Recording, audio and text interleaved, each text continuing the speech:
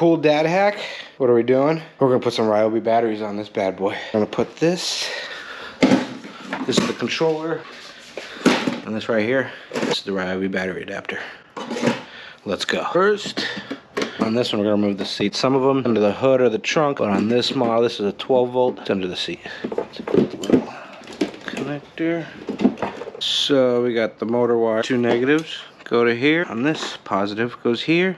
Positive goes here, negative goes here.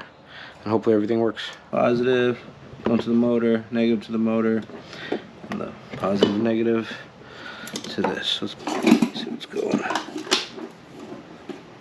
There we go. Alright, now we're going to put it all together.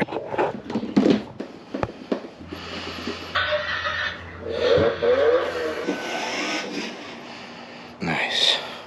There's a little charge port over here, and I took that out. It just slides right out, and I left it in the back and kind of accessed these. She's all done. Now to test her. All right, we're gonna test this bad boy out. We're gonna crank her up a little bit. Right now she's at 12 volts. I'll put it at 25.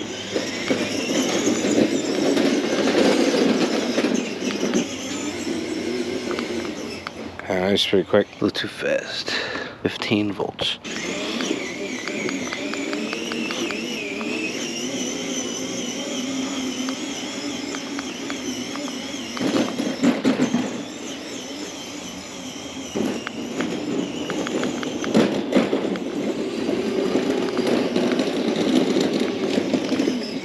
Not bad. All done. Playing with this for about 20 minutes. Just wanted to test it out before I actually put my daughter in it. And I wanted to show you the, look at that. Still got full battery. Not even one bar got affected. So this is awesome. So I just wanted to show you. Hope you like my Ryobi Power Wheel 12 volt hack.